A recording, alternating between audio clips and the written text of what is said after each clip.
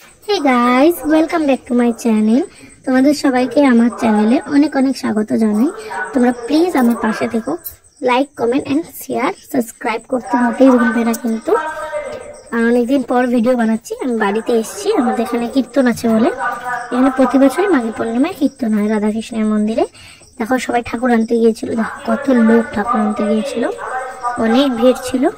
এই দেখো ঠাকুর কীর্তন করতে করতে এসছে, ডিজে টিজে কিছু নিয়ে যায়নি, এমনি কীর্তন করতে করতে ঠাকুর এসছে। এই দেখো ঠাকুরটা, এই যে রাধাকৃষ্ণ আর চৈতন্য দেব আর নিতাই দেব আর দুটো গোপাল আছে সঙ্গে করে। এই যে মন্দিরটা খুব সুন্দর করে সাজানো হয়েছে। এটা মন্দিরের বাইরেটা, আমি গিয়েছিলাম পরে মন্দিরে। বিগ্রহটা এখন মন্দিরের ভিতরে প্রবেশ করানো হবে, তার জন্য দেখো কত লোক মন্দিরে। অনেকক্ষণ ধরে দাঁড়ানো ছিলাম আমি, অনেক কষ্ট করে ঠাকুরটাকে মন্দিরে বিগ্রহ ঢুকানো হয়। এই যে আরতি হচ্ছে, এই যে দুটো গোপাল আর ওই সাইডে দেখলেই তো রাস্তার ওখানে দাঁড় করানো হয়েছে, এদের আরতি বিগ্রহ মন্দিরে প্রবেশ করানো হবে। তারপরে ওই নিতাই দেবের চৈতন্যদেবকেও প্রবেশ করানো হবে।